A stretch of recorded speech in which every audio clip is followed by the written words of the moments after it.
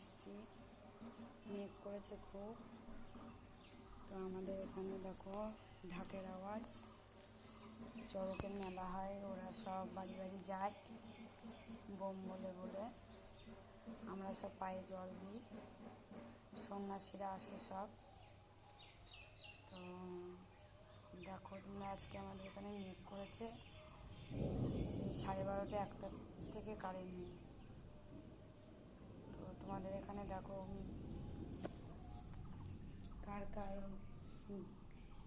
দেশে মানে মেঘ হবে এরকম একটা ভাব হলেই কারেন্ট চলে যায়, সেটা কার কার দেশে হয়।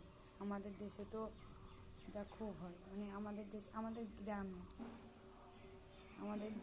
আমাদের যদি ফোনে কি টিভিতে খবর হয় যে মানে বৃষ্টি হবে, কারেন্ট চলে যায়, আর কারেন্ট আসে না। সেই 12:30টার সময় কারেন্ট গিয়েছে, এখনও কারেন্ট আসে না।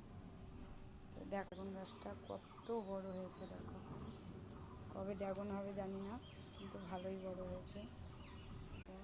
গাছে আম হয়েছে দেখো, আমাদের ছাদ থেকেই পাওয়া যাবে আম। আম হলে আমরা ভালোই খাই, এই গাছ থেকে আমগুলো আমরা ছিঁড়ে ছিঁড়ে। তো কার কার এরকম ছাদ থেকে আম পাড়া যায় সেটা তোমরা কমেন্ট করে জানিও। রোদ উঠেছে, আবার মেঘও ডাকছে মাঝে মাঝে।